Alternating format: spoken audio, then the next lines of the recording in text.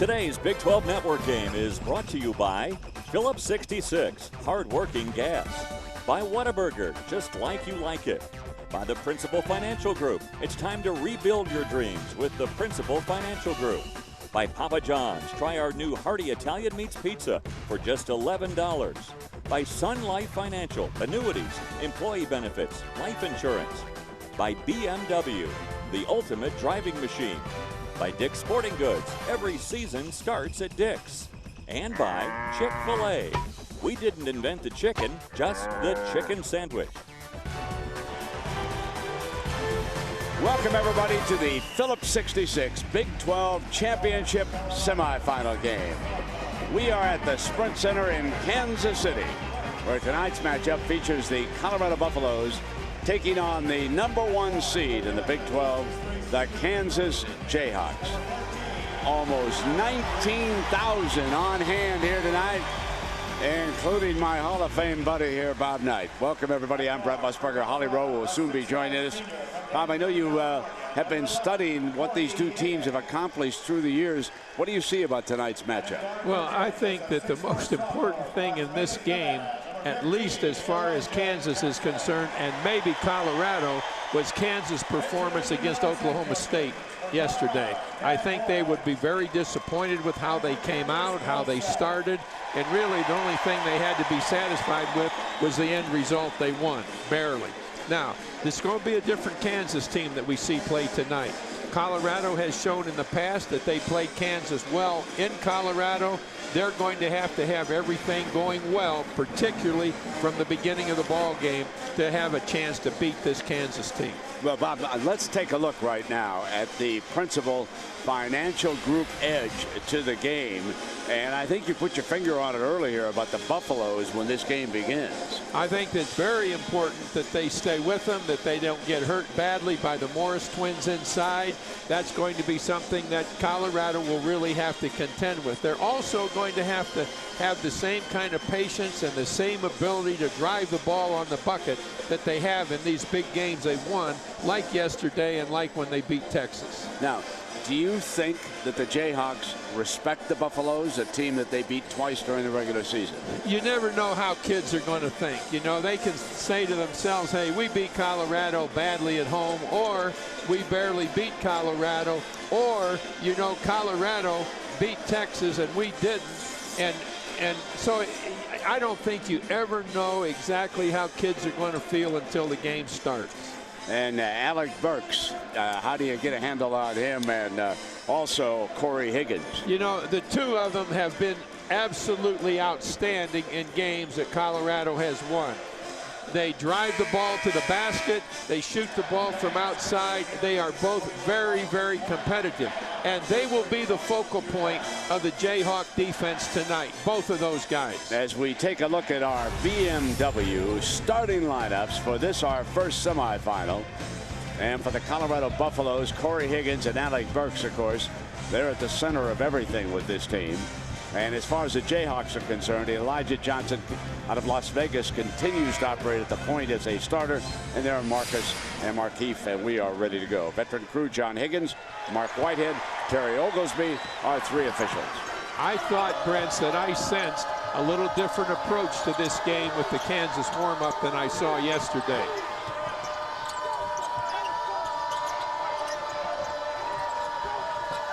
Colorado's in a real compact man-to-man pickup. Well, the Jayhawks missed the three ball yesterday, and they start out missing their first one. They were 5 of 25 against Oklahoma State yesterday. I would have rather gotten something other than a three-shot to begin with. But Colorado comes down, and Nate Tomlinson from Sydney, Australia, puts the Buffaloes ahead. Now they come with a quick turnover, positive start. Now they get a bucket here, and well, they're going to get a chance at two, and this is nothing but a great first 30 seconds for Colorado right here. So Elijah Johnson picks up his first personal, and coming to the line, Austin Default. He's a junior out of Killdeer, North Dakota. Couldn't wait to say that tonight. And right now, let's check in with Holly Rowe on Tad Boyle and the Buffaloes. Well, when they first got here to the Big 12 tournament, they were firmly on the NCAA bubble and all of the pressure that comes with it. But guys, they feel like they've done enough now to get in, and even our experts have moved them off that bubble. So right now, they're having fun. This is the farthest they've ever gotten in the Big 12 tournament.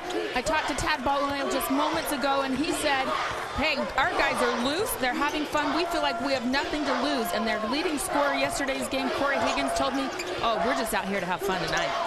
And Kansas has turned it over a second time, and crashing through is Alec Burks for his first field goal. Will Self's got to have a timeout here. You know, I think looking back to Kansas' first possession, my instructions would have been, if the only shot that you have available in the first possession is a 3, I want you to kick it up in the stands. Let's take a look at the last play, Bob. All right, that's just a careless play on Morningstar's part. It was almost like he had no respect for the defense whatsoever because he exposed the ball completely, and they turned it over into a very good play going to the bucket for their 5th and 6th points. Now we're going to take a look at our Phillips 66 Star Watch and a couple of outstanding players.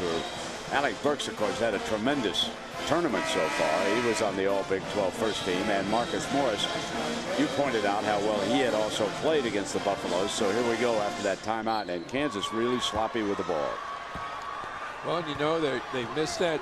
Morningstar has really, he and Reed have not really done as much as they should have been doing, and kind of players they are, and they've got to pick up an awful lot from what they did the other day. Marcus Morris is on the free throw line. He is fouled by Relford.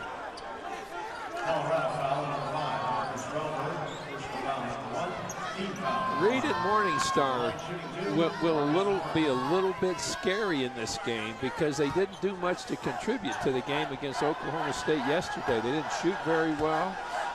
They didn't do a lot when they had the basketball. And I would think that they're just a little bit tight trying to get back into what they can do. Bill Self can't believe that after the performance against Oklahoma State, his team has started this sloppily. Turned it over twice in their first 3 possessions here tonight.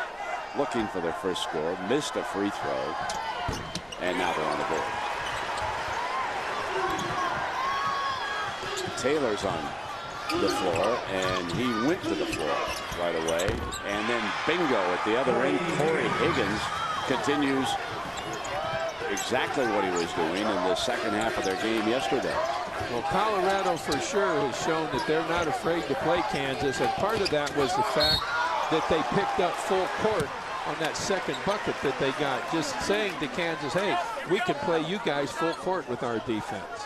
Burks picks up his first foul, and that will put Taylor on the line to shoot 2 free throws, as Tad Boyle, who played collegiately at Kansas, this is his first year. How about Tad Boyle? Bob, he was at Northern Colorado, a team that had not experienced any success in the Big Sky.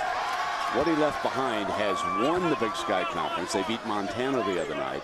Now here he is at Colorado, replaced Bzdelic, and he's on the verge of taking the Buffaloes back to the NCAA for the first time since 2003. Both those teams will wind up in the first pod in Denver. Well, you know, the second round. My take on that, Brent, is this.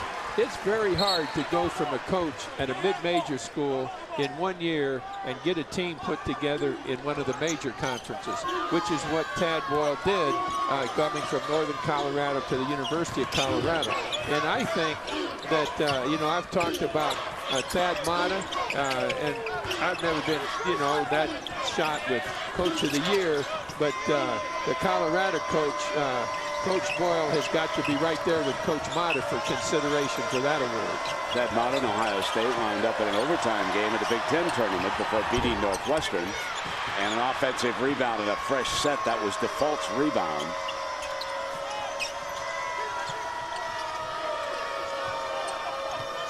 They've got good quickness with the ball.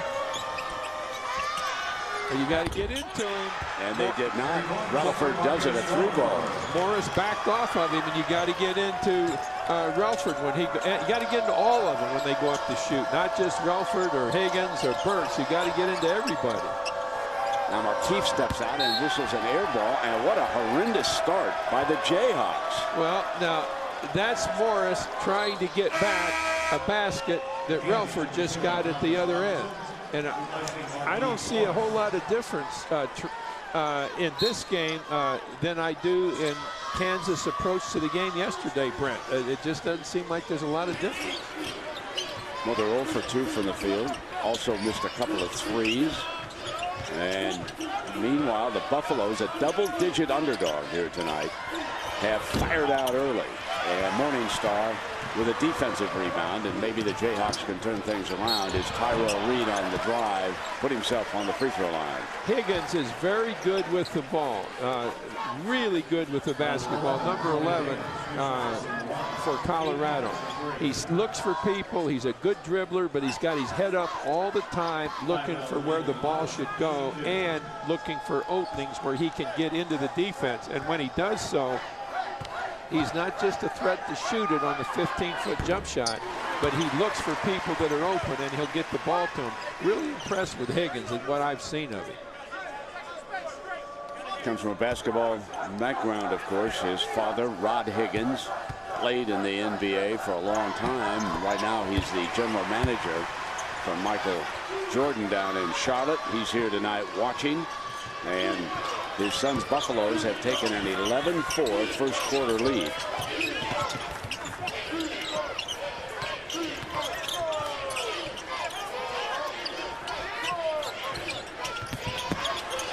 Cut into the lane, didn't stay down, and Thomas Robinson, who had checked in for the Jayhawks, pulls down the rebound and draws the foul.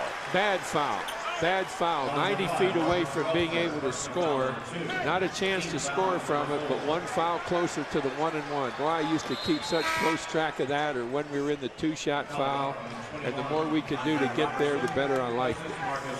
Well, Relford will take a seat with his second foul here in the early going. And the talented freshman from San Antonio, Andre Robertson, on the floor for the first time. And we're going to see Taylor in the game now. Pull up by Reed is good. Reed and Morningstar have got to get a little bit of help from the way they're playing. They got to give a little bit of help to their team with some shooting, and that was a good one for Reed. Well, Default broke free. Robinson, coming from behind, thought he had a clean block, but a foul is called. Now, what happens here is look how slowly and carelessly Kansas is going back on defense. Everybody gets in front of them. If there's a black shirt in front of all the white shirts going back on defense, then Kansas is loafing going back to the defensive end, and they certainly were there. Default just busted out of the defense to beat them down the floor. Left a couple of points on the free throw line, however, and now the Jayhawks will see if they can get something going at the offensive end. Tyrell Reed with a nice jump shot a short time ago, and here comes Taylor. Tap back is good by Marcus Morris. Morris did really good. Marcus did really good job of getting in position. Brett, when that drive started, I was watching Marcus, and he worked to get to position on the drive.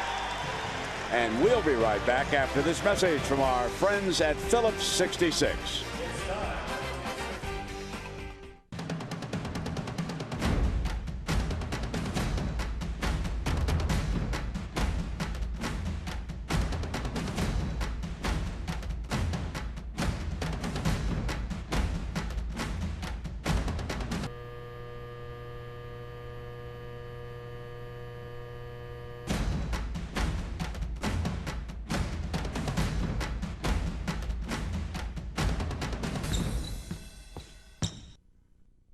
For tonight's Capital One Impact performance, we've talked about Corey Higgins against Kansas State. 28 points, 10 of 15, 7 of 9 from the free throw line.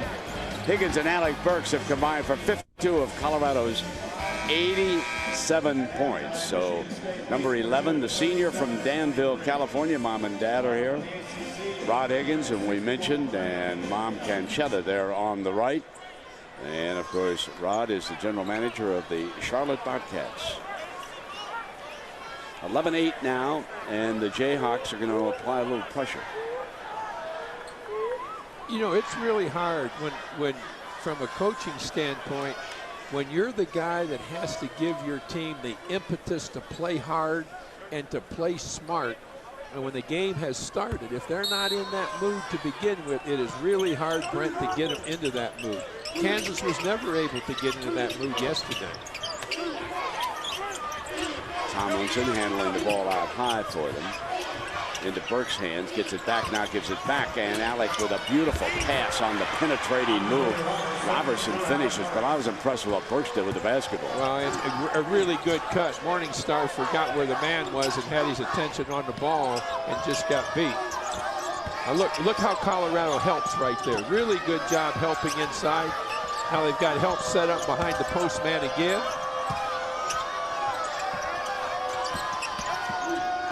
And Morningstar will pull up. The Morningstar has one, Reed has one. That's better shooting than they had yesterday. So again, that may be a help to Kansas over 40 minutes. And note that they did not take the free ball. They moved in and took a much closer jump shot. And that first one is the only one we've seen, I think, so far, that first possession three. Colorado is very quick. I think they're actually, like in this situation, I think that Higgins is quicker than Morningstar is, like right there. And he drew the foul. Yeah, he got a step on Morningstar right away, or on Reed rather, I'm sorry. And that's going to be a problem for them. Morningstar and Reed out on top. We're going to look at it right here. All right, here's the move, and right now he has Reed beat. They get some help, and Reed, well, I'm not sure where the foul really was. It looked to me like they kind of got stopped there, but there was some contact. They will have a problem with Reed defending Higgins out on the floor. And Holly, what went on in Bill Self's huddle about defending him?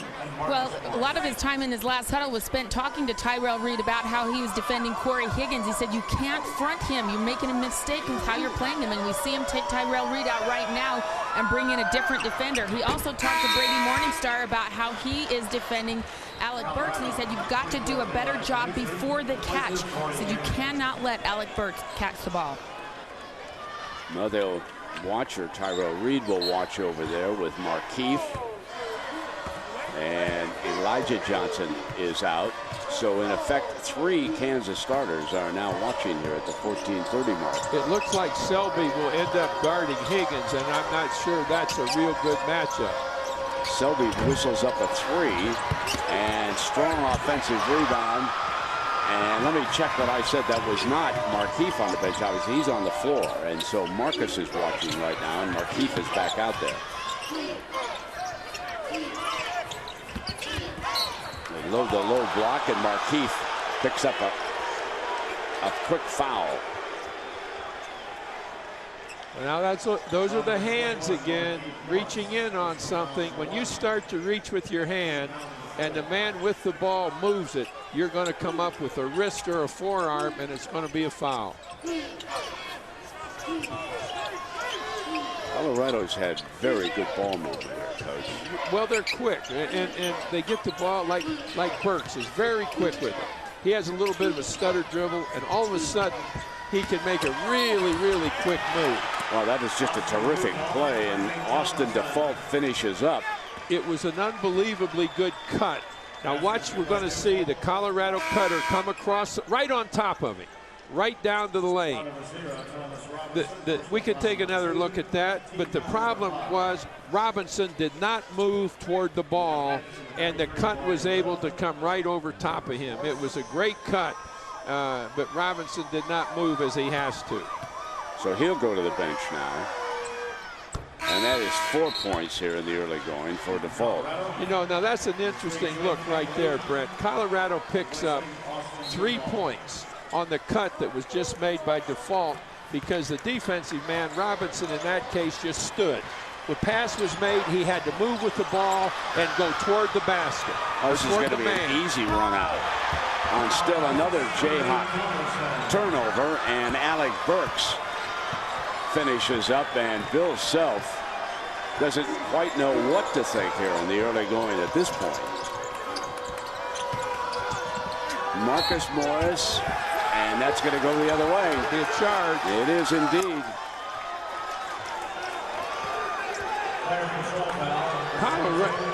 Colorado is a very, very smart team here. Now look at the help right there. I mean, you could not ask for anything better than Robertson did right there. Robertson moved over, he got into position, but he got there long before the driver made contact. I think people can see right now that this two-game run by the Buffaloes here is no fluke. This is a good-looking basketball team. These guys are good. See, they can do that. That's something that both Burks and Higgins can do. They're a threat to drive. You've got to watch the drive. You give them a little room. They're very quick to go up with that 17-foot jump shot. 22-10.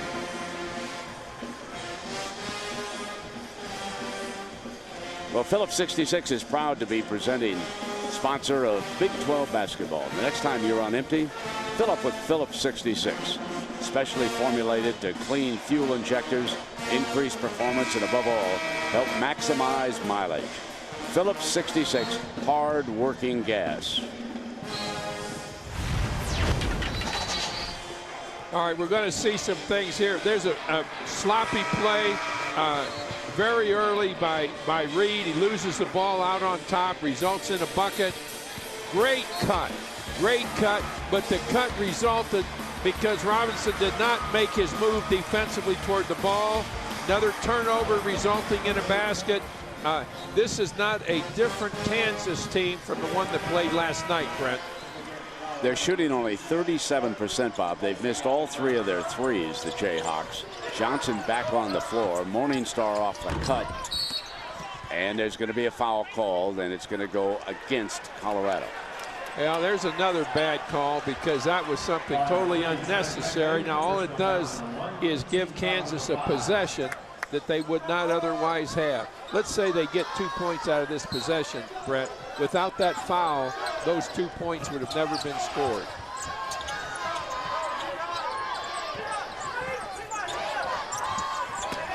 Boy, they do a good job, they being Colorado. They do a really good job getting to help on the drive on the baseline. But Marcus was able to muscle through for an and one. And he does a great job of it. But look, watch the help. And there, and there. Now, they didn't get quite quick enough in there. Robertson didn't get quite quick enough in to help. But he still moved, but that was as good a move as Morris has made in the 2 games. Marcus has made in the 2 games that we've seen here. Tough, strong move. Trent Beckley, a senior from Vail, Colorado, number 3, is on the floor for the Buffaloes. And some of the starters are getting a breather, and Selby helps him out with a foul. Nate Tomlinson, he fouled him.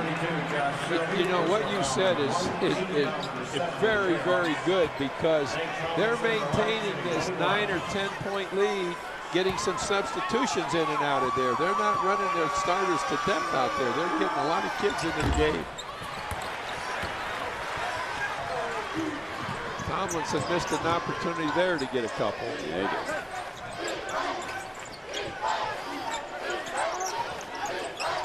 Mario Little down low for the Jayhawks. He's number 23. Johnson trying to get it to Marcus. Now he does get him loaded.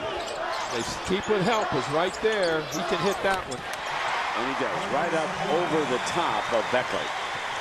As I watch Colorado on defense, it's very apparent to me that their coaching staff spends a lot of time working on individual defense. Now, that's one of the few times Kansas has really been quick to help.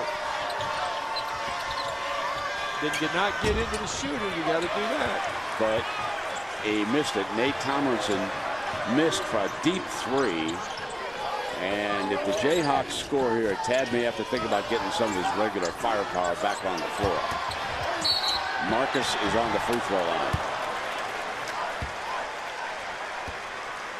Oh, Kansas City just loves college basketball. They do such a great job of hosting the Big 12 championship.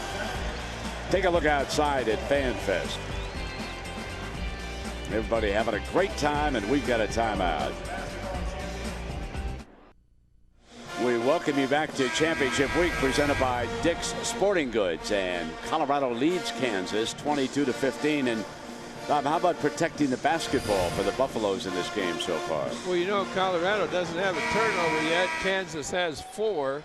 That's 4 more opportunities for Colorado to score than Kansas has had. And the difference is 7 points right now. And look who's back for the Buffaloes. Number 11. Corey Higgins. So he has returned. Burks has not yet checked back in. Shannon Sharp is on the floor for them. I think that Higgins would get tired playing for me because I would have him in the game an awful lot.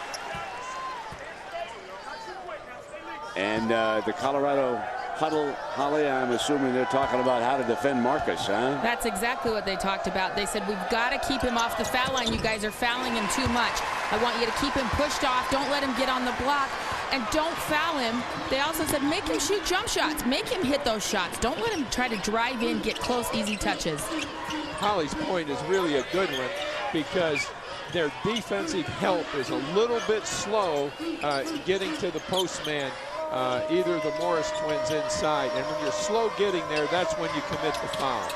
Knutson on the drive, kicks it back outside, and a nice hoop by Shannon Sharp. That's about 8 assists for the Buffaloes already in this game. They drive really well. They're perimeter players, and they're not just driving to get to the bucket. When they drive, they're looking to create a situation where they bring help to them, and then that leaves somebody open that they can hit with the pass. Morningstar, and there's a whistle. I think there was a violation down in the lane. 3-second violation. Yeah, I think it was. Both of the Morrises are in the game. It could have been both of them, but I think that one was Markeith. Kansas has moved to some full court pickup here, thinking that Self and Whitehead are going at it. Self is livid with veteran referee Mark Whitehead.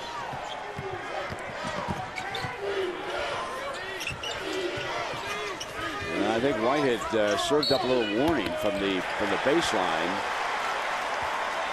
and now Whitehead's going over there to talk to him, calm him down a little bit.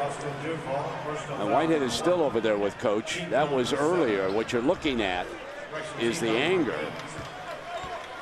I'll tell you, Mark Whitehead is one of the best officials in the country, and one of the reasons is he'll listen to you. And he was doing just that.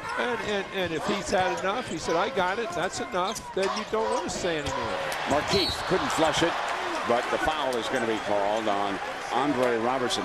You know, Andre Robertson was down in San Antonio, and he's a big-time recruit for Colorado. But as you take a look at this program, and you and I talked about this, as they move to the Pac-12 next year, they're going to have to eye more of California for recruiting than Texas, we would imagine. In all probability. Yet Colorado over the years in both football and basketball has had a lot of kids from Texas play there.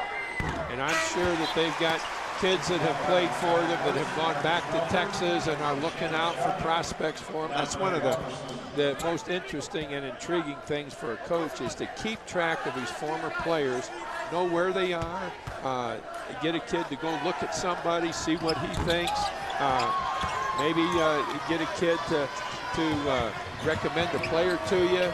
That's a good source of recruiting tips, former players. They really don't have anybody that can stay with Higgins. And Morris certainly, Morris has gotten stuck on him here, and that is not a good matchup. You want Higgins to have the ball right away. And Burks did not pick it up. Instead, now he slips it back, and wide open is Higgins because Marcus had to rotate back. That's not a good shot right there. Fired up by default.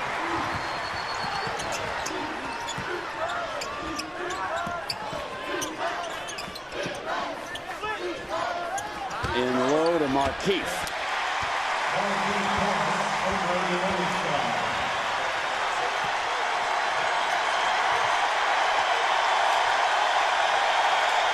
We are only 45 minutes from the Jayhawk campus in Lawrence.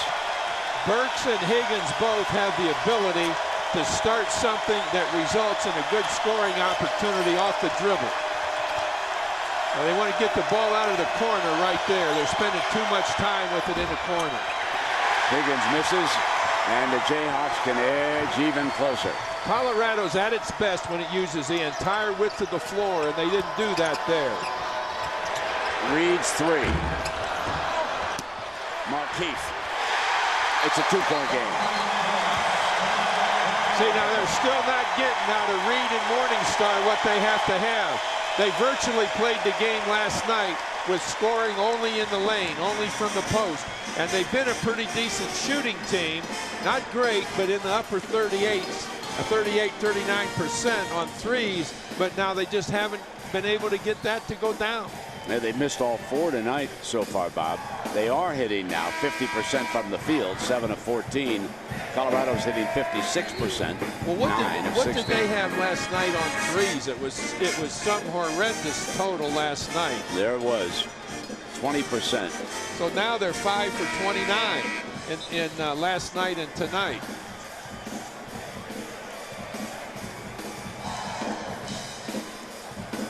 But on the last couple of trips for Colorado, it has not been as smoothly a functioning offense as we saw earlier in the game. They've kept the ball on that right side of the floor, Brent. They're not using the whole 50 feet of the floor. Now, they're at their best. Now they've got to bring it back to the top of the key and go to the other side. And they're going to find somebody open. They've got Burks over there where he can drive the ball. Now, you've got a kid that can hit the shot. Burks is a very good shooter. Okay, get into his hands like that. Don't give him a chance to have an open look where nobody is bothering his hands. He's going to come back to his right shoulder. And the Morris twins are carrying Kansas on a 14-4 run, and all 14 have been scored by the Morris twins here. Well, that defense on the Burks was very lacking on the last possession. You've got to get up into him. Just can't. You got to get into his hands. You just can't give him free hands when he shoots the ball. Now here come the Jayhawks looking for a tie or the lead with a three. Markeith will go for the lead. Got it.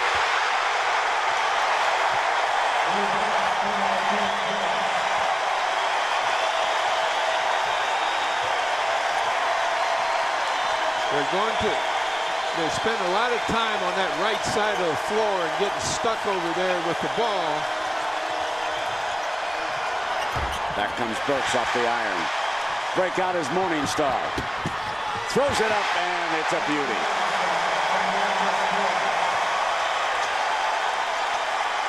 Well, this is a point where Colorado's got to take a timeout right in here quick. Get up into him. Don't let him stand there and call out a play. They need that one. Not there. Relford missed it.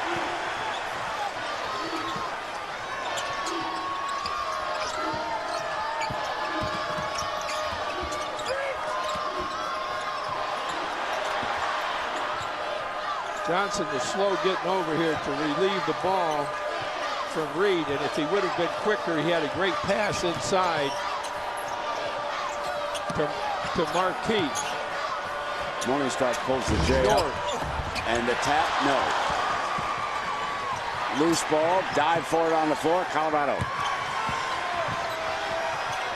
The three ball from Levi Knutson. The senior from Littleton, Colorado, drains it. Now, I think that's the biggest bucket made. Knutson has the biggest bucket made in the game thus far, Brent. And Marcus misses, and Colorado can regain the lead. See, they've missed two. They missed a tip in and a post shot in there that they have to have. That was a good call right there. Yeah, Relford traveled when he picked the ball up, and it has been turned over. We have a timeout on the floor. All right, right here. Good turnaround to the left shoulder with the right hand. And now we're going to stop with the three, and he can do it from anywhere on the floor. Marcus and Markeith Morris show here, Bob. Well, right there, very good drive by Marcus, draws the foul. Here he is again, gets set. They give him too much room because he can hit that jump shot. And now we're going to take a look at Marquis. He's going to spin back to his right hand, his left shoulder, and he gave himself the room there, and he made a great shot right there on the three, and it shows that they're very, very good at different spots on the floor, not just in the low post. Each of them with 10 points apiece, as Mario Little, Josh Selby now on the floor with Thomas Robinson, Tyshawn Taylor, and Tyrell Reed. That's your Kansas lineup, and right away, Selby steps out of bounds. It is a work in progress for the young man from Baltimore. Oh boy, he comes in and he creates some problems right away. He did the first time he came in the ball game. He lost his man, and that cost him a bucket. And now he's made a bad possession. Oh my, yes. I thought that was short. Knudsen again, he's hit both big threes here. And deep threes. That was right on line, but I thought it was a little bit short. Boy, that shows some great arm strength in his getting that shot from that distance under that pressure to the bucket. Cannot stop Robinson from that spot on the floor. And Ben Mills, the 7-footer from Wisconsin, with his hands full. He doesn't have nearly the strength that that Robinson or the Morris brothers have inside. And Colorado makes it a 34-31 game right now. You know, it's interesting what Tad Boyle's doing here, Bob. He's going very deep into his bench. He's used a lot of players here in the early going. We have not seen Alec Burks a whole lot here in the first half. He's back out over there on the sideline. He and Higgins watching. Colorado up by a point. It seems now that it's almost a game plan going this deep into the roster. Well, I think so. But one thing now, Mills does not have the strength to get down there and play with the Morris twins, and he's got to do that, or they're going to go right at him each time inside. Josh Selby travel. Oh, it is a nightmare. See, that's what you were just talking about with Selby a little while ago. You know, he gets in, and Selby forgets that he's part of a team. Selby's going to do some stuff on his own. Well, we'll be right back after this message from your friends at Phillips 66.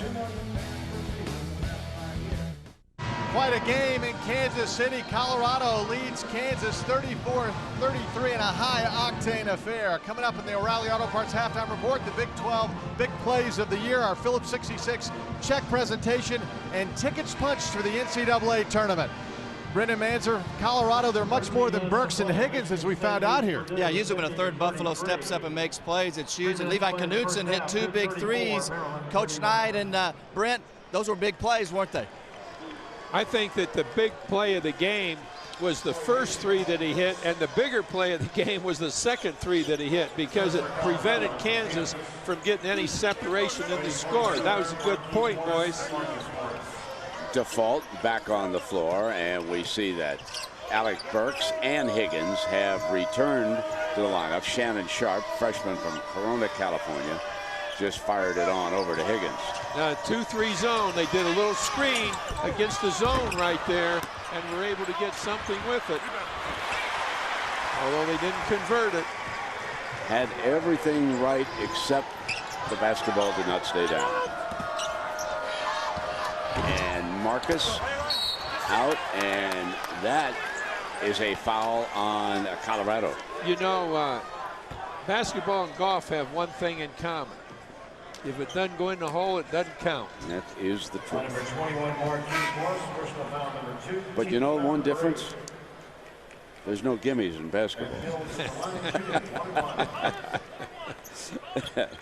So Markeef, I should correct that a little bit. I said it was on Colorado. Let me correct myself. That was Markeef. They have come down here. And so Mills, I thought they were pointing in that direction. And obviously Mills, the player who was fouled.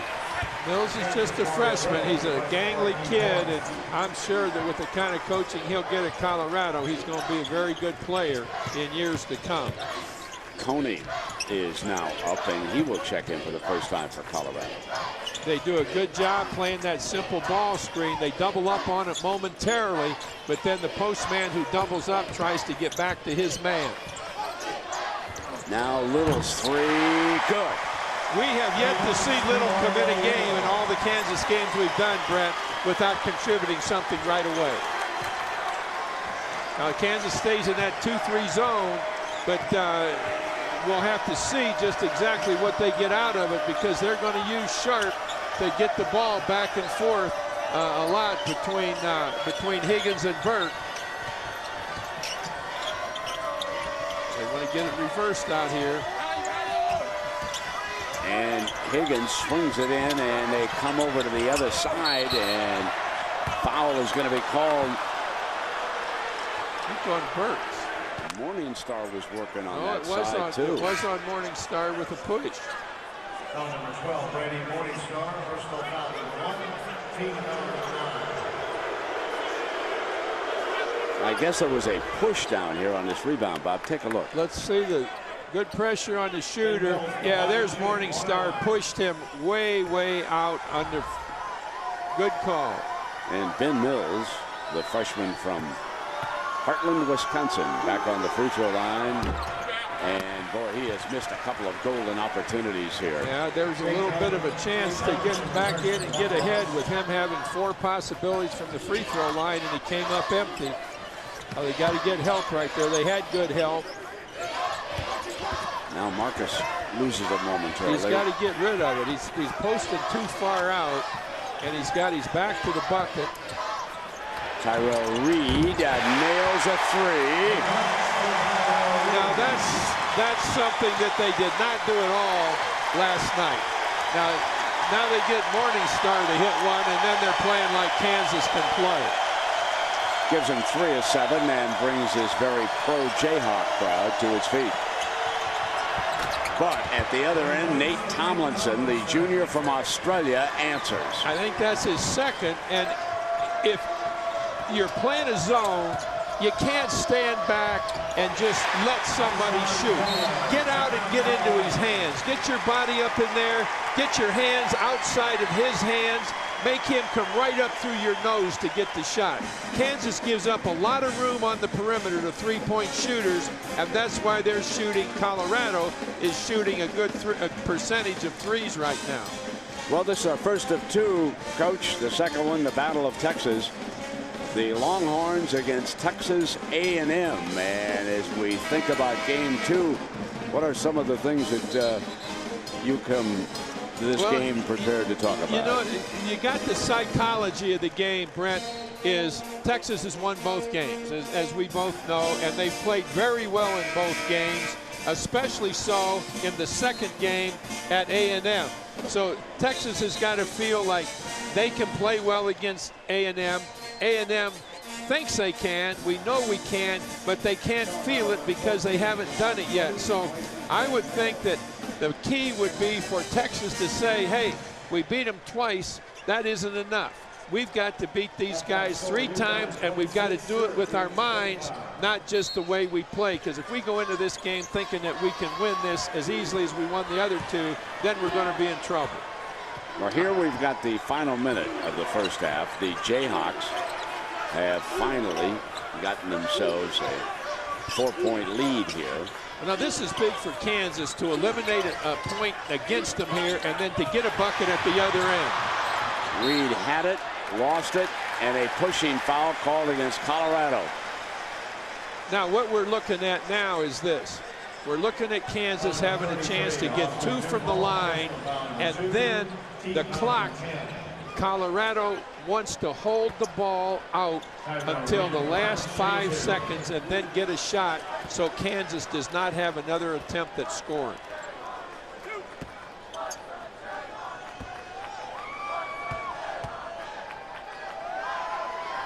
That was a bad turnover for Colorado right there, because Colorado was going to have 2 possessions to score instead of just the one coming up. And Levi Knutson has checked back into the game, and why not? He nailed 2 big threes. I think that's good. How about that? What an explanation. Why not? Meanwhile, Travis Relaford comes into the game, and Relaford is being directed to Knudsen.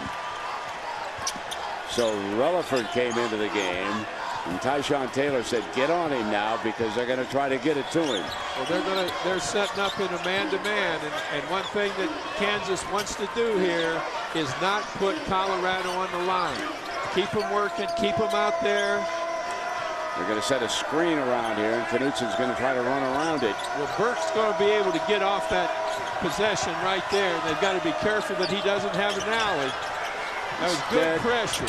Pulls up an air ball with 3.4, and the Jayhawks have another opportunity. They do, and they'll get it down very quick, and they'll get a shot, and/or Colorado has to be very careful here about this full court pickup they're going into, because now they become susceptible to a foul. Somebody gets their hands into it too quick. Checking back in is Marcus Morris for this opportunity. Did not stay down, and that's the end of the first half. I'll tell you what, though, that was a heck of a setup for a shot with 3.4 seconds to go. It was a great long football pass that gave him the shot. And Self wanted a foul on it. And let's go, Coach Self, with Holly Rowe. Holly. Coach, you guys got down by 9 early in this game. What was going through your mind at that point? Well, they were playing really well, and we were playing awful. But we responded pretty well. We actually played pretty good the last 15 minutes. What changed for you? I don't know, just more energy. Saw the ball go in the hole, and we finally started getting some stops. How can you really capitalize on Marcus and Markeith down on the low post in the second half? Well, you know, teams are keying on them, and we got to be able to get the ball to them on the move rather than just stationary all the time. But, you know, I still think we play our best offense when they're passers out of the post. All right, thanks, Coach. All right, Holly, and it's a 6-point Jayhawk lead right now as we join Doug Bell and Brendan Manzer with the O'Reilly Auto Parts halftime report. Take it away, Doug. Brent. Phillips 66 Big 12 Championship semifinal action from the Sprint Center in Kansas City, where the Jayhawks hold their biggest lead of the evening by 6 over a game Colorado team that at one time led by 12, as we take a look at Papa John's first half stats. And you can see from Star Watch that the Morris twins, Marcus and Markeith, 10 points apiece. Alec Burks with 8 for Colorado and Corey Higgins for 4. So with Coach Bob Knight and Holly Rowe, I'm Brent Musburger. We welcome you back. And Bob, how important would you say the first few minutes of the second half would be to Colorado? You know, I think it's extremely important. They got off to a very good start. They don't want Kansas to get 4-0, 6-1, something like that, where they increase the 6-point lead to 10 or 11, and that just puts more pressure on Colorado to score. They want to keep this obviously as even as possible so that Kansas has just as much pressure on them as Colorado has to face. And Holly, you spoke with Tad Boyle. What did he say about the end of the first half? Well, he said we really lost our poise offensively. We just didn't get to the free throw line once while we were in the bonus. And he said when we don't have good ball movement, we're dysfunctional. He also said he felt their depth in the post got exposed, and guys are going to have to overachieve to stop the Morris twins here in the second half. Yeah, and they missed 3 front end of 1-and-1s, and that did not help them. And they open up with a tap in, a hustle hoop. Coming back, and Austin Default, I believe it was, who got into the rim. Well, that's a very good sign for the Buffaloes, the Colorado Buffaloes, to get started with in the second half. Let me correct myself. They give it to Alec Burks, and Marcus gets it right back. And now going the length of the floor in a hurry, Tad Boyle's team turns it over. That was a really, really bad pass, actually, to nobody. No one was looking for the ball. That's just the kind of throwaway that you can't have.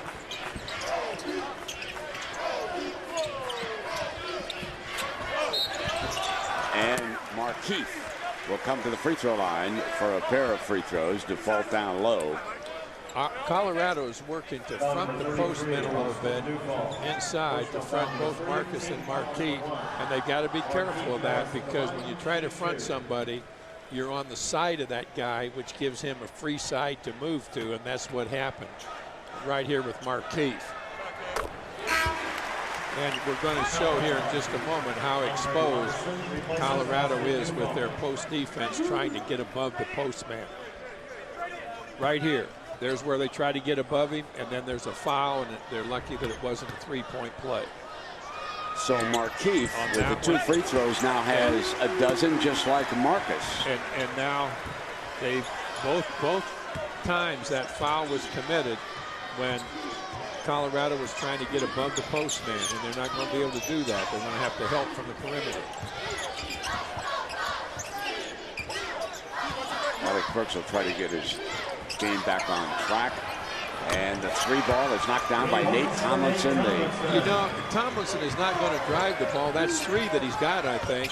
And you'd think that they would really do a good job of getting into him rather than just say, okay, go ahead and shoot it. They give Tomlinson 3 open threes that he has hit.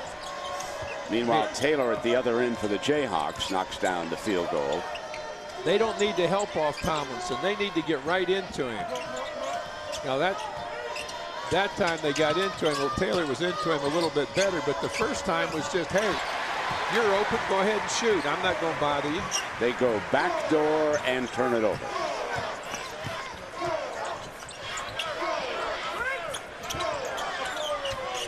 They look for high-low there.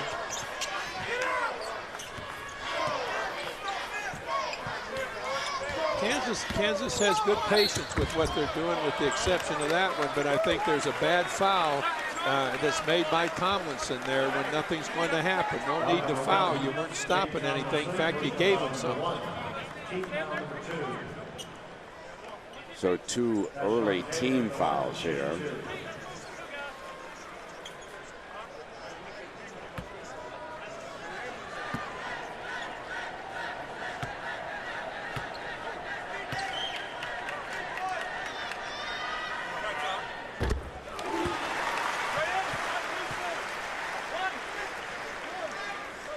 Tyshawn Taylor, of course, briefly suspended, missed a couple of games for the Jayhawks, has not returned as a starter, but he is logging some major minutes here at the point tonight.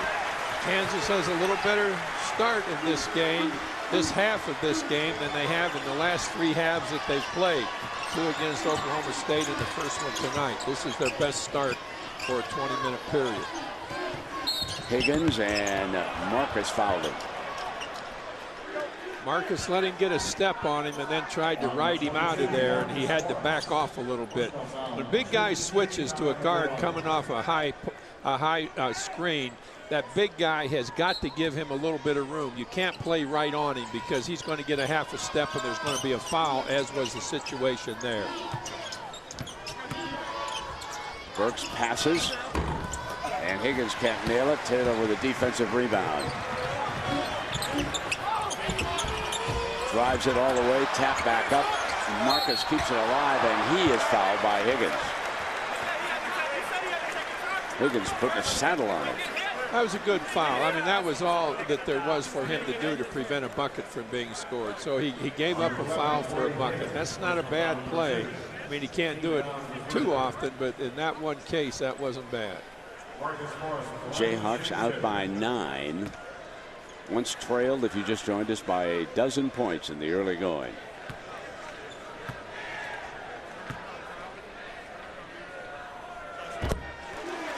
Well, here are Joe Lunardi's projected seeds.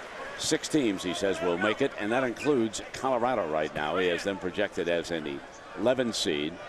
We'll see Texas and Texas A&M in our second semifinal. Kansas State and Missouri already eliminated from this tournament, but Lunardi says they will move on, and we'll all know who's going to the big dance by about 7 o'clock tomorrow Eastern time.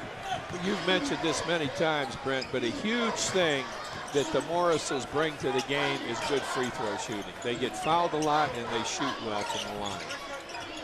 Big advantage for them offensively with postmen that can shoot free throws. The 2 of the most versatile athletes coming into the NCAA tournament. Buffaloes turn it over, and it will be Jayhawks basketball. I don't think there are many big men in the country, Bob, who can take the ball outside and knock down even threes, as Marcus and Markieff both can. Well, then add rebounding, posting, free throw shooting. They are very, very good all-around players. Now, they had a situation there. Now Morningstar's tipped a little bit and tracked down by Morningstar off the miss. Lob and the finish by Markieff. Take a timeout here. It's getting away from the Buffaloes. You got to look out when the Jayhawks start playing like this. Turn out the lights, ladies and gentlemen.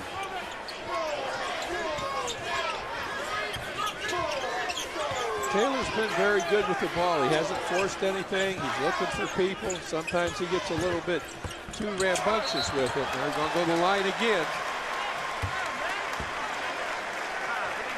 Well, Morningstar not only came up with the save,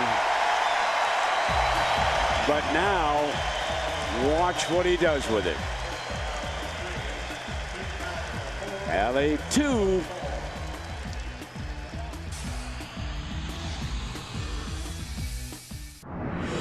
All season long, Champion Apparel has been showcasing the tradition and history of the Big 12 Conference. Tonight we take a look at the Kansas Jayhawks' Big 12 dominance. The Jayhawks have captured 7 tourney titles, which includes crowns in 4 of the last 5 years. Bill Self has gone 28-7 in Big 12 championship play, and they are stocking another one. So that is how you play, brought to you by Champion. What's your favorite tradition this year, folks? You can vote on your favorite tradition. Go to facebook.com/champion. Click on the poll tab and vote for what is your favorite here this year. With Markieff now with 15, he's pulled ahead of his brother by 1 point, and now make it 2. So the Morrises in a scoring duel here. They have 30 points. They have been star of stars here in this game so far. You know, both of them, Markieff and Marcus, are able to go out on the floor and play defense also. They both can do that. They get in a stance, they get squared up. They're just not post defenders. They can get out on the floor and play a forward.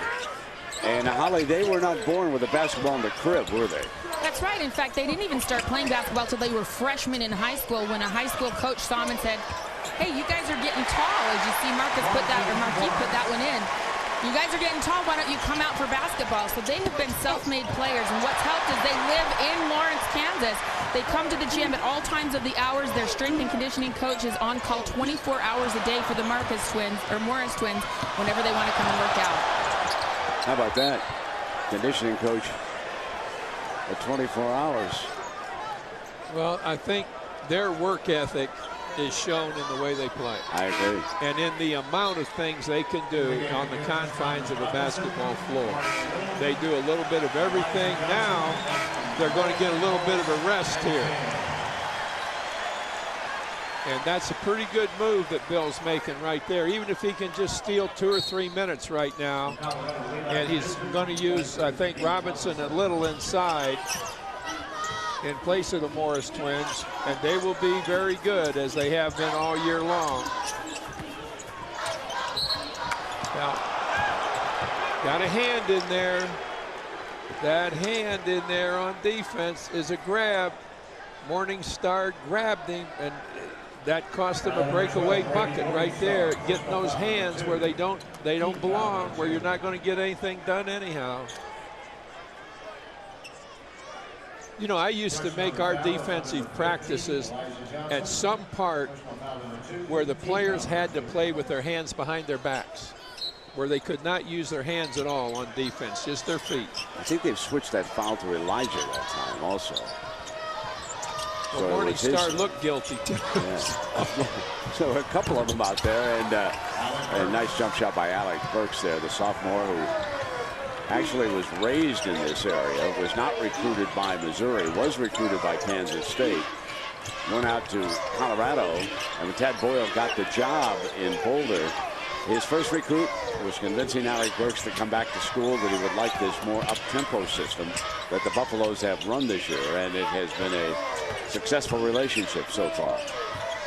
Now Elijah Johnson with good rotation on that three. And he had that. Remember, I made a bad call a few moments ago where I thought that it was short, but that was right on the target and got over the front rim.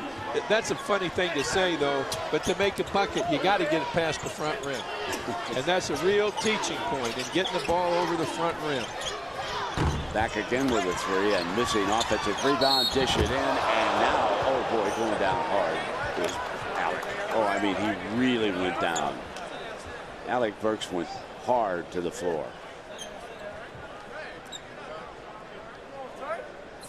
Really think he's kind of, am I okay here? I think he just got banged, period. I think that shock went all through his body. Yep, he's okay. Good sportsmanship by Elijah Johnson. You can see him on the drive as he's fouled here. Now watch the tumble. 15, Elijah Johnson. That is a real tumble. You hit that one on the head. Wow. True. There's his parents concerned, Dina and Steve, obviously, looking on here at their fine young man. Well, he's shaken up pretty good. There's no question there's no about question. that. You take a fall like that. He took a real bang. I don't know whether they're looking at somebody else to come in to shoot the free throws. Or, yeah, I think they're going to. Going to give him a little break. So we will have a media timeout here. And we'll be back after this message from your friends at Phillips 66.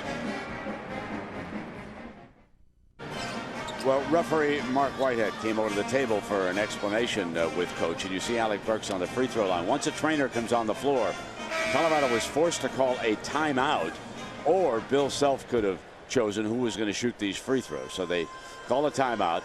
They keep Alec Burks in the game. And if you did just join us, he took a horrendous looking foul, and it sounded bad. But here is the talented young man back on the free throw line. Makes a nice motion with his hand before he takes the shot. I like that. Like a little bit of the golf swing before you try to hit the ball. How'd you like to be the guy on the opposing team when the opposing coach picked you to shoot the free throw? I wouldn't really care for that one. No. Tap it away. Here come the Buffaloes again. Higgins coming through. Doesn't get the whistle.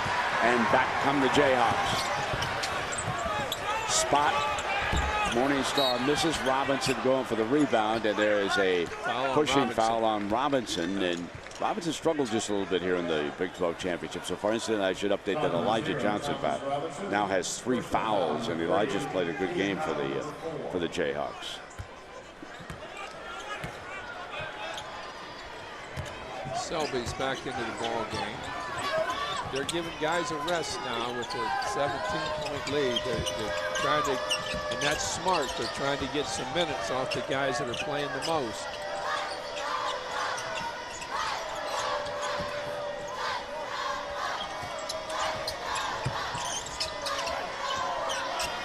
Step out 3 and knocked down by Andre Robertson, the freshman from San Antonio, Texas.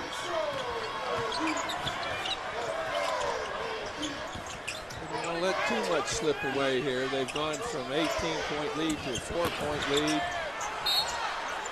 And a foul. This one's going to go against Colorado.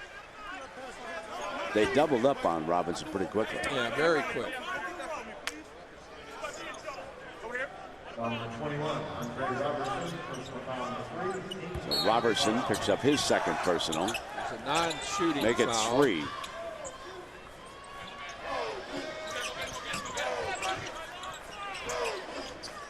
Colorado's playing a little bit of zone there.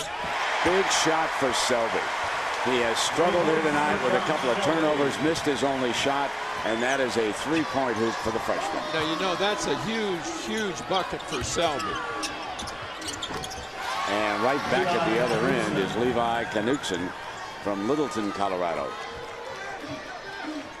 Knutson is a good shooter.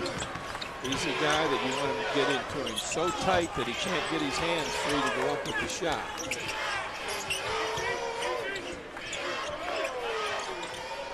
We've now been impressed with Little all year long, too, as well as Robinson coming off the bench. Taylor with the fake, takes it up with the left hand. He completed that after he almost came to a stop, when I think he would have ended up getting a walking violation. He made a really good move in completing that shot. Nice spinning move inside for Relford, senior from Chicago.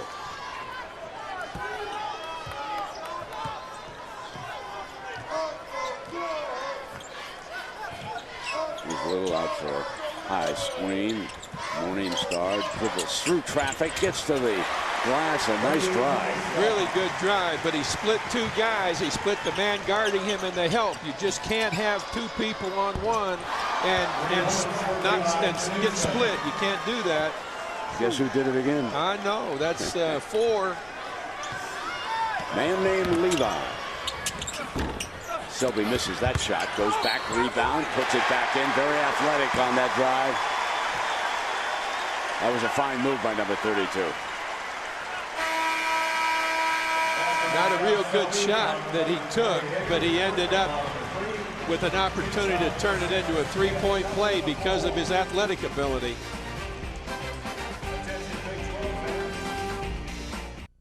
.44 remaining in our first semifinal, and the Kansas Jayhawks from just down the road in Lawrence, Kansas lead at 71-55, and Coach Knight's going to take us inside the play. All right, now we're looking at the ball out on top. Knutson hits a shot. We're going to get another 3 from right here, and Kansas is not getting into the shooters. If the shooter has time to step into the shot, again Knutson, if the shooter has time to step into the stop with his shooting foot, which with Knutson is his right foot as he's right-handed, don't give him that step.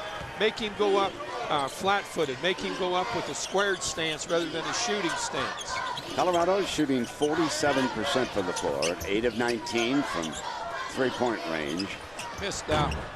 And Knutson misfires on that one, but Relford on the drive and a nice finish in the paint. Colorado is still working hard. That was an excellent move by Relford. Marcus stayed with it, showing his strength. There again was the defense trying to play on the high side here, and we're going to see there he is up above him, and he can't do that. You've got to have help come a lot quicker than Higgins did. Higgins was slow getting there, and not only does he give up a bucket, but it can become a three-point play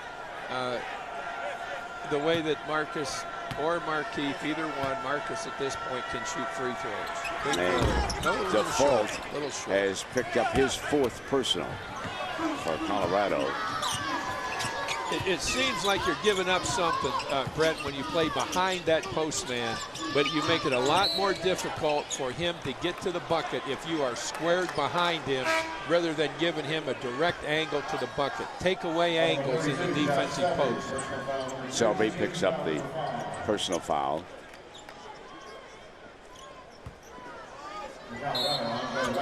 Colorado's going to need some defensive stops.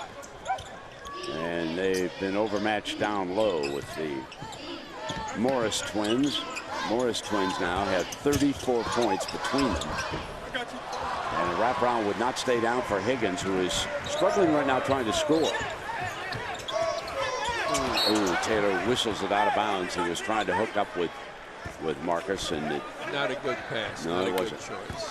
I'll tell you what Colorado does. They have been well taught, well coached about movement, about spacing, and about utilizing. Look at they're using 50 feet of the floor right here with their offense to move from one side to the other.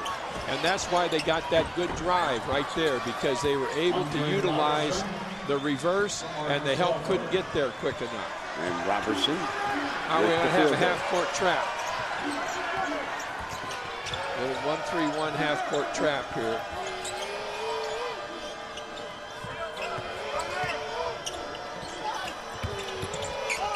Taylor lost it again. Battles to get it back and cannot. 2 turnovers. And on the run out, an easy field goal for Relford again. Oh, it's getting back down. We're down to from 18 to 13. Plenty of time left. And again, Self is barking, this time at John Higgins. Well, Phillips 66 is proud to be presenting sponsor of Big 12 basketball.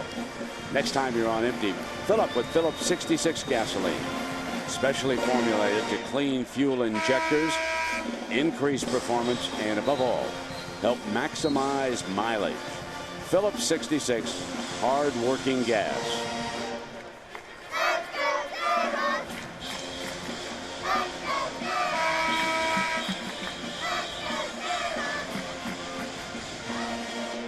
The arrival of the Texas Longhorns. They'll be playing their rivals from College Station, Texas A&M. That'll be our second semifinal.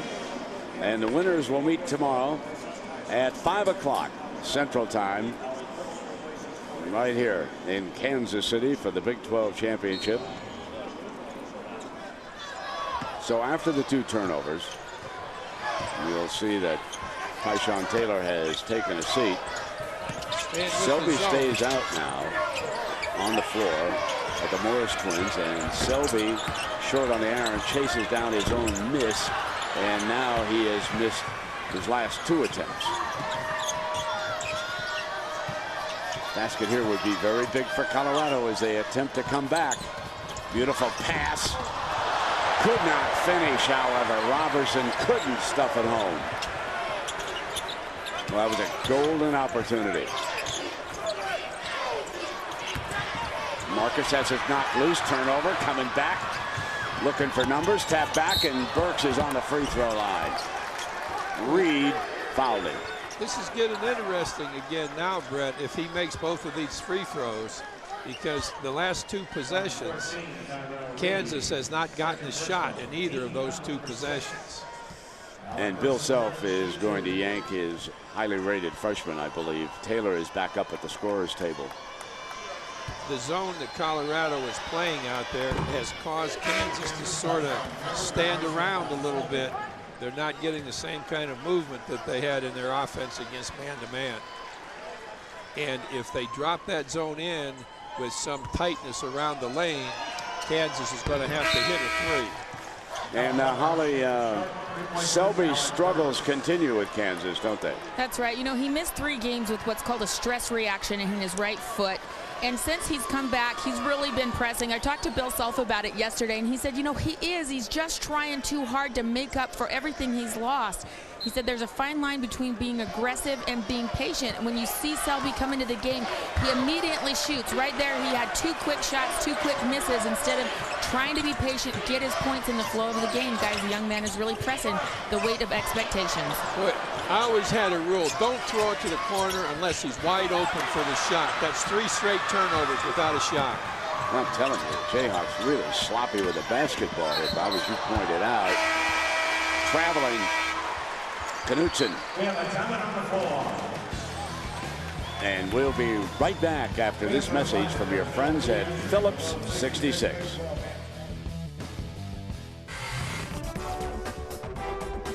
Today's Big 12 Network game has been brought to you by Phillips 66, hard-working gas. By Sonic, America's drive-in. Sun Life Financial, annuities, employee benefits, life insurance. By Whataburger, just like you like it. By Shelter Insurance, we're your shield, we're your shelter. By Motel 6, the official economy lodging partner of the Big 12. By Papa John's, try our new hearty Italian meats pizza for just $11. By Champion, it's how you play. And by the Capital One Cup. Learn more and check the standings at CapitalOneCup.com. Well, Coach, Kansas once led by 18. Now it's 11. However, Coach Boyle has gone to his bench now, and this is a very small lineup that is out here. against the Morris twins. And this is going to be interesting to see if they can hold the fort here, because the Stars for Colorado are getting probably their last rest. I'll tell you what they're doing, though, Brett. That zone defense, Kansas is standing around a lot in that zone defense. They're not getting any penetration. And that last shot that Reed took was a total air ball. And Robertson flushes two, and suddenly they are inching back into this. They've got it to single digits. Remember, it was once 18. Taylor decides to drive, and a blocking foul on Colorado. Now Higgins has not scored since 14:36 in the first half. So the Jayhawks have done a fine job on him. He is 1 for 10 for the night. And he was the hot hand in the upset of Kansas State. So if he shakes loose, they can really climb back in the middle of this. Colorado right now has just seen its 8-0 run end on that free throw. Well, Kansas has got to do a little bit of work against the zone here. I mean, Taylor made a good drive. Help was a little bit late. Drew the foul. It was a good move by Taylor. It's the first possession in the last 6 against this zone, with one exception, that they've been able to get some points on the board. So Burks and Higgins back in, probably for the distance now. See, I think that's a mistake.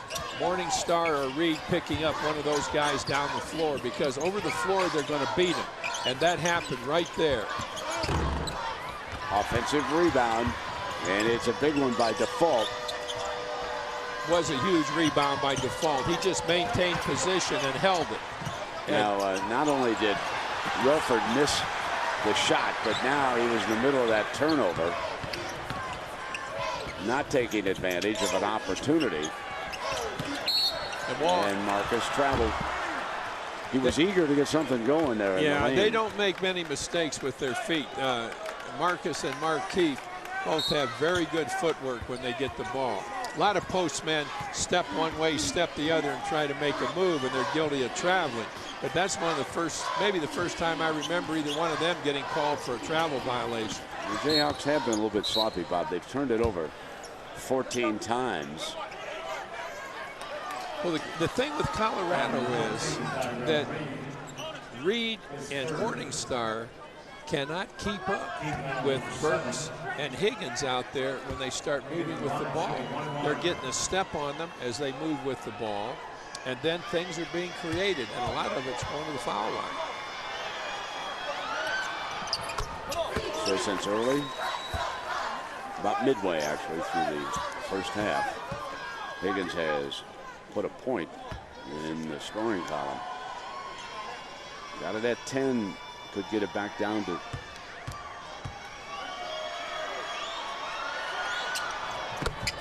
And he does just that. Been a very good move, as it turns out, going into this zone, but now they're in man-to-man. That surprises me. They're going to get those guys high-low, one out, one down. And Reed did not get the bounce, but Marcus Morris digs out the rebound. Morningstar misses, and Markeith digs out the offensive rebound. And finally, it's Colorado basketball. See, when they got the ball after the first shot, they need to run 30 seconds off the clock instead of taking the shot. That was not a very smart possession for Kansas. Along that baseline, and he stepped out and lost it out of bounds. He was on the end line, so Default turns it over. Default got a little bit off balance. He wasn't able to collect himself and go up for the shot. Could have been blocked, or he also could have drawn a foul had he been able to do so. Still in man-to-man. Give it back to Marcus. On the drive. No, and it's Colorado basketball again. But Burks is cut off by Morningstar. It's okay. You know, they get a lot more. They still have the ball. They still have plenty of time. Good switch. up against the bigger man on the switch, and it was very effective, Pat, just like you pointed out. Big man on the switch did a pretty good job keeping pressure on the shooter, as you indicated. Now Taylor on a run out, slap back. Careless pass, just put it up in the air and hope.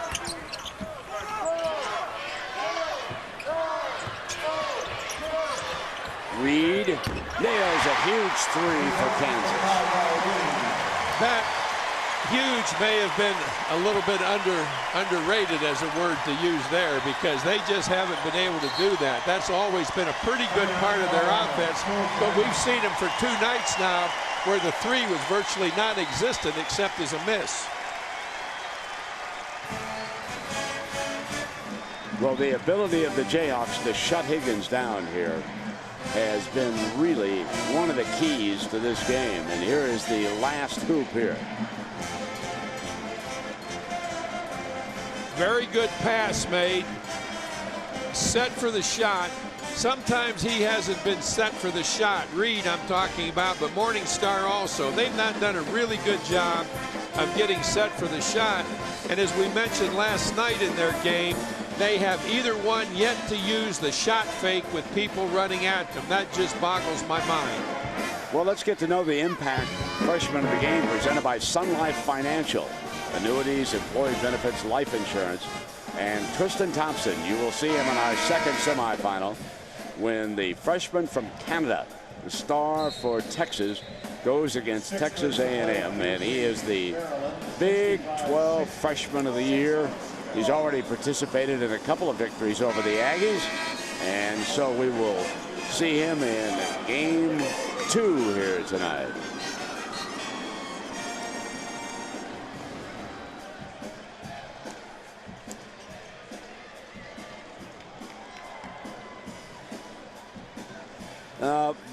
What injury has been bothering Tyrell, Holly? Well, guys, a lot of people don't realize that he is only limited to practicing just the day before the game for the whole second half of this season. He's got a foot injury that's pretty serious, and he's just been fighting through it. It's how much he cares about Kansas basketball that he gives all that he does, despite this very difficult heel injury. And you guys, you can see it affect him at times, but not on that last shot. Levi Knutson. Big shot, Levi. Knutson got above Taylor, Brett. Didn't mean to cut in, but he just made a great move getting above Taylor, and Taylor was late going after him. And we're back down to 9 again at the 3.5-minute mark. Buffalo's not going away. Taylor's short. Ball is going to be out of bounds, but it belongs to Kansas. And now it is Markieff Morris is barking a little bit at Taylor. Big 12 here from Under Armour helps you look like a Big 12 champion. This was a tough call at the end line. Take a look, and you be the official. Who did it go off of?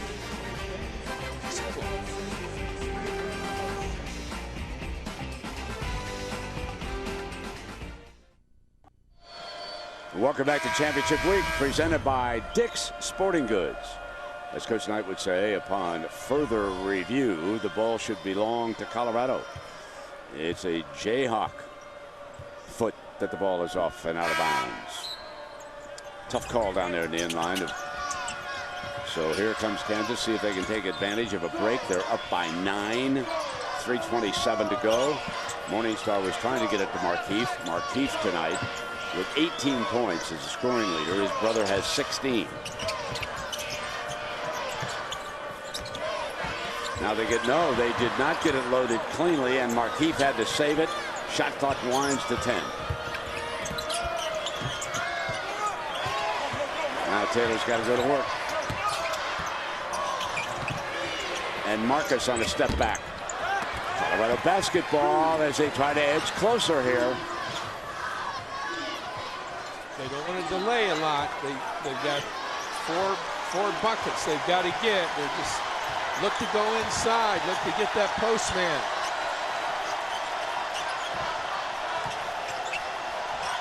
The swing for the 3 and an air ball, and Higgins could not save it.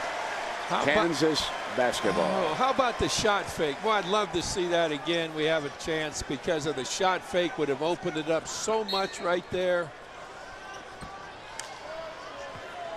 Oh boy, what a chance for Default to create a bucket right there. Now 2:25 and counting, and the Jayhawks bring a little time with the weave at the top. And Tyrell Reed from the other side. Ooh, that could be the dagger. Ooh, that was big. He's hit 2 threes from 2 different corners.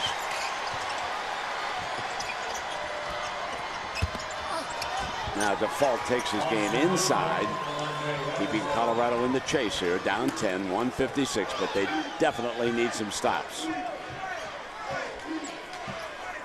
I think that Colorado might have been a little bit better off to pick them up full court, make them worry a little bit. There's their chance. Into Roberson's hands. Cut it back into single digits here. Burks is going to take it on in and flip it in. A one-man creation that time, and Pops loved it. Boy, was that a use of the left hand by a right-handed player. That's my boy. Way to go, Alex. Watch this change of direction, and nobody moves to help. They get kind of sideways help in there. They don't get anybody right in the path of Burks as he was going to the bucket. Well, tonight's Motel 6. Sixth man of the game is, and not too long ago he was a starter, but Tyshawn Taylor is the sixth man. 4 of 7 from the field, 5 of 6 shooting free throws. So Tyshawn will leave the light on for you, my friend. Well, Colorado has just used its final timeout there, Bob, and 1.5 minutes remaining. The game got away, Brent, I think, from Colorado in the first 6 minutes of the second half. I think that they got into a situation where there was just too much of a lead for them to overcome. And traveling. Ball goes back to Colorado here at 1:30. An 8-point differential here now. You just don't want to throw an inbounds pass against the press into that short corner. You've got to make sure you get it to the long side of the floor. Knutson on a ball fake, takes it in, kicks back out now. He was wide open. He thought about it and passed it up. Here comes Higgins. Well, they can't eat up too much time, and he turns it over and then creates a foul. Default took that shot a little while ago where he could have used the shot fake, and it made a big little difference in this game right now. That could have easily made it about a 6-point game. 114 for the Jayhawks. Double-digit favorite coming into this semifinal game. What was the game the other night, Brett, with it? Wasn't it a 10-point lead with just under 40 seconds to play? Virginia led Miami with 38 seconds to go. Led them by 10. Turned it over 4 consecutive times. Went into overtime, and Miami eliminated. Then Miami today took a big lead on North Carolina, and they were up by 19. They gave it up, and North Carolina moved on in the ACC. Have you ever seen anything close to that 10-point margin with 38 seconds to play? I would have said that it wasn't possible, to tell you the truth. Well, run the clock out once if you could have, and the game was over. That's an amazing stat. And Burks gets back his own miss. Big shot, Levi knocks another one down. That's what I've been looking for all along. Now there's the pass to the long corner. Yeah. Got there. Yeah, Knutson, you talked about Knutson before the game about what a shooter he was.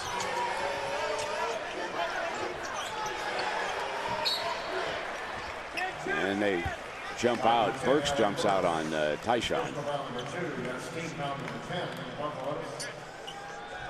What a game he's had shooting the ball here. He is now 5 of 7 shooting the 3-ball. And he'll shoot the deep 3. Well, that was a deep one. But again, footwork. He had great footwork. Stepped into it with his right foot. had always momentum going in that direction.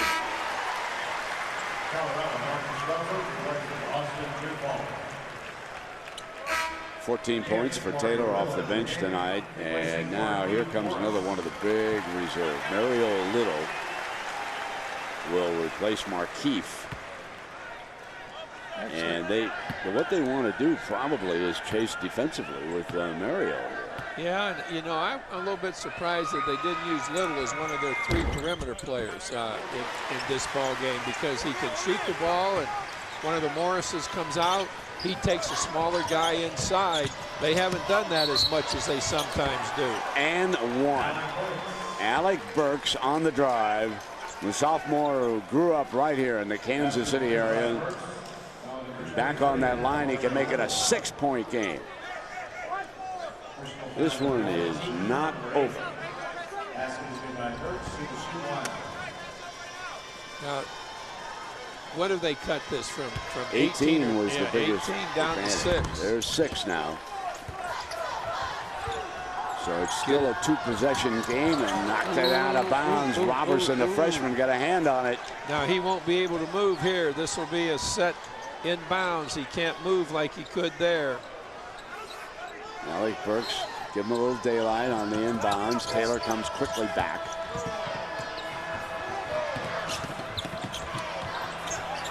He is doubled. And they put timeout, I think. Timeout is called. 30-second timeout. 30.2. And well, tonight's Sonic most valuable player of the game is, I guess, take your choice between the Twins, but it will be Marcus Morris, Bob. Well, I think undeservedly so. Throughout the course of the ball game, he kept Kansas in it to begin with, and then he was very instrumental, as we're looking here, in Kansas getting the lead that it had, going up by as much as 18 points. He had an awful lot to do with that, Marcus did. He scored 18, Bob. He had 13 rebounds, logged 32 minutes tonight, and he was 8 of 10 from the free throw line. So Marcus Morris, the Twins out of the Philadelphia area. They are juniors, and it has been fun to watch the improvement here over a couple of seasons by these 2 young men. And Marcus is fouled. So he will be on the free throw line, 28.5. And again, just as we told you, he's 8 of 10 from the line tonight. I had a player a lot like the Morrises named Tolbert. He was quicker than they are, but he was a very good free throw shooter. And along toward the end of the games, we used to play him on the high post a lot. And he would get the ball, face, and go to the bucket. Maybe get it all the way there, maybe not, but get fouled a lot. He's an excellent free throw shooter. He's the best player in the middle of a delay game that I think I ever coached. And very similar to the 2 Morrises, because he could go out on the floor a little bit and he could really take the ball to the bucket. Well, he makes it a 3-possession game as far as Colorado is concerned. Jared Sullinger today saved Ohio State at the free throw line in that overtime win against Northwestern. He was terrific shooting free throws. 28 seconds left, and now the Buffaloes need to hurry. I think Ohio State had some problems with Northwestern earlier in the season. Yes, they did. Not to be. Levi whips it back outside with 17 off to the left. And the Jayhawks are coming up. Markeefe will be coming up with 13 seconds to go. And now they are closing in on another appearance in a Big 12 championship game. This very pro Kansas crowd on its feet, breathing a sigh of relief. Got a little tense here for a while. Just that we look at that 8-point deficit right now and think about how in those first 5 or 6 minutes of this half, it went to an 18-point deficit. And that, I think, is the tail of the ball game, those 6 or 7 minutes to start this half. Well, Colorado battled its way into the semifinals. And their first-year coach, Tad Boyle, a former Jayhawk player from 1981 to 1985. I'll tell you what, that Colorado team is nice to watch from a coach's perspective. They play hard, they play together, They take advantage. Each kid takes advantage of what he does best, and they do play hard. Score it. Little goaltending. One of the Twins just couldn't resist as Markeefe goes up. So Tad in Colorado, according to Joe Lenardi, so that makes it very unofficial, but according to him, they're going to make it into the NCAA tournament. That'll be the first time since 2003.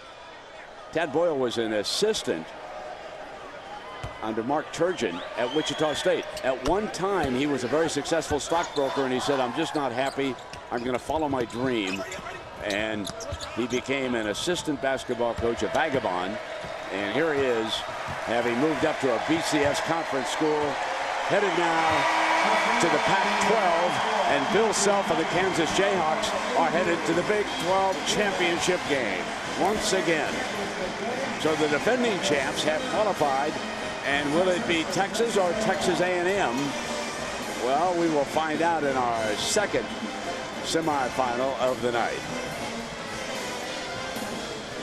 Markeefe and Morris both scored 20 tonight as the Jayhawks push on through.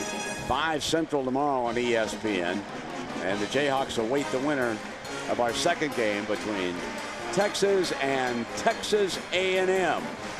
And the Longhorns, having beaten the Aggies twice already this year, will come in as a short favorite in that game. And a nice performance by Corey Higgins, the senior, will be moving on. And it's great for those youngsters from Boulder to be apparently headed to the NCAA tournament. Nothing, of course, is official, but. And Holly Rowe is standing by with our player of the game, Marcus Morris. Take it away, Holly. Well, Marcus, for the second straight game, you guys came out and got off to a slow start. What's behind that? I mean, teams just come out with a great start. I mean, I wouldn't say it's slow. I think we just giving up too many transition points early and not really respecting them too early. And that's if we don't fix that, that's going to kill us in the long run. How did you change that, though, here in the course of the game and be able to retake the lead? I just started realizing where they was getting all their points from. I mean, if we got back on transition, and Coach told me and Keith that we had to hustle back because we could stop the transition breaks, and we did that well in the second half and mid first half. How hard was that when they pulled within 6 at the end of the game here? It was tough. They kept fighting. That's an NCAA tournament team. I give them a lot of credit. We were up about 15, and they kept fighting back. You guys have said all along you wanted a rematch with Texas. You're a game away from that happening. What do you think about that? Man, just wait to see it out. Texas A&M and Texas tonight should be a good one. I mean, we're going to be ready tomorrow. Thank you. Appreciate it. All right, Holly, and we're going to send it to Doug Bell and Brendan Manzer. They have a relieved Bill Self up on the set with them, so let's go to Doug. Brent, thank you, and welcome to the Principal Financial Big 12 Tournament Update from Studio 66. And you're right, Brent. I relieve Bill Self joins us now. Coach, yesterday you talked a lot about ball movement. You weren't happy with that. You wanted to get more touches. The Morris twins. More pleased tonight with the effort on the offensive end? Yeah, we did some good things offensively. We rebounded the ball well and shot a pretty good percentage and you know, just played dumb down the stretch. I mean, you got the game totally in control and made some bonehead plays, especially defensively down the stretch. But you know, Colorado's dangerous. They're good, and they got guys that can score, they can stretch it, drive it, but it was a good win for us. Coach, Morris twins tonight, 40 and 21. It looked like once you guys started getting things going offensively, you started getting their touches, good ball movement, pounding inside. What was the difference? Well, we did a great job of getting the ball to them there for a stretch, and then we didn't do as good a job late. But you know, we just I don't know if we weren't ready to play, but we played miserably early, and they were on fire and got down 12. But it's probably good for us. The last 2 games, to be honest, it's probably been good for us to play from behind a little bit. Bill, I thought Tyrell Reed was big tonight. He does a lot of good things that go unnoticed, but tonight he hit some big shots. He did. You know, we ran a little delay game play, fade screen there late, and he made a big 3. But you know, he wasn't close there for a while, and then I think he stuck his last 2. Coach, tomorrow you're going to either get a very good Texas team or a very solid A&M basketball team. Your thoughts on who you might play and what? Well, I'm excited that we're playing. Right. You know, you know, I'm not hopeful that either one win or lose at all.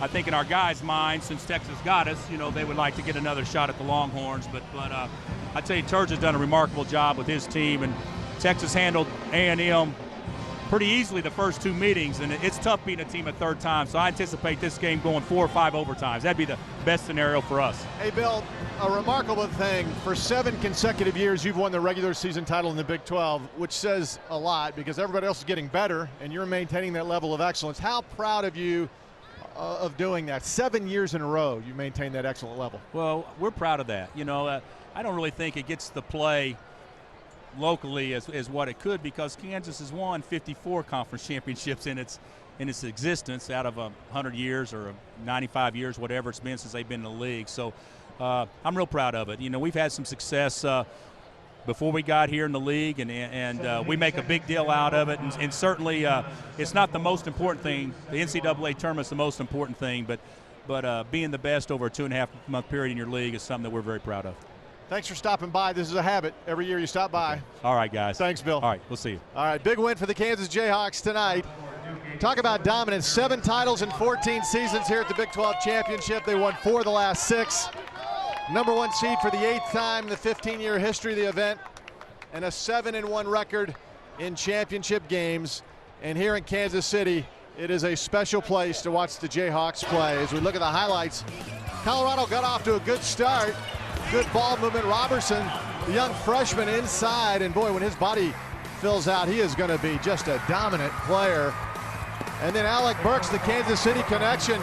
Brendan Manzer, he kept things going, but then Kansas, as you mentioned and Coach Self mentioned, good ball movement, they got it inside. Well, when you have Reed and Morningstar, you get that ball movement, get those touches inside, and then once you get a couple shots to fall, Doug, it gets contagious. Selby getting in the mix there. But you see the emphasis that we're doing to get it inside. There's Marcus Morris. When Kansas goes through those two, Markeith and Marcus, they are outstanding offensively, and they can work inside out. Tyrell Reed, as we mentioned in the interview with Coach, came up with some huge shots today. And Tad Boyle, now remember, a Kansas graduate, fine player himself, hasn't beaten his alma mater yet. Mark Turchin hasn't either, by the way. Colorado loses, hangs in there, but they lose their last game in the Big 12, and next year they will go on to the Pac-12. And Kansas, once again, moves on to the championship game here in Kansas City. Alec Burks with 20. Knutson was big off the bench, but the Morris twins were unreal. Tristan Thompson, the big freshman for Texas. That's what he did against Oklahoma. He'll be a factor tonight.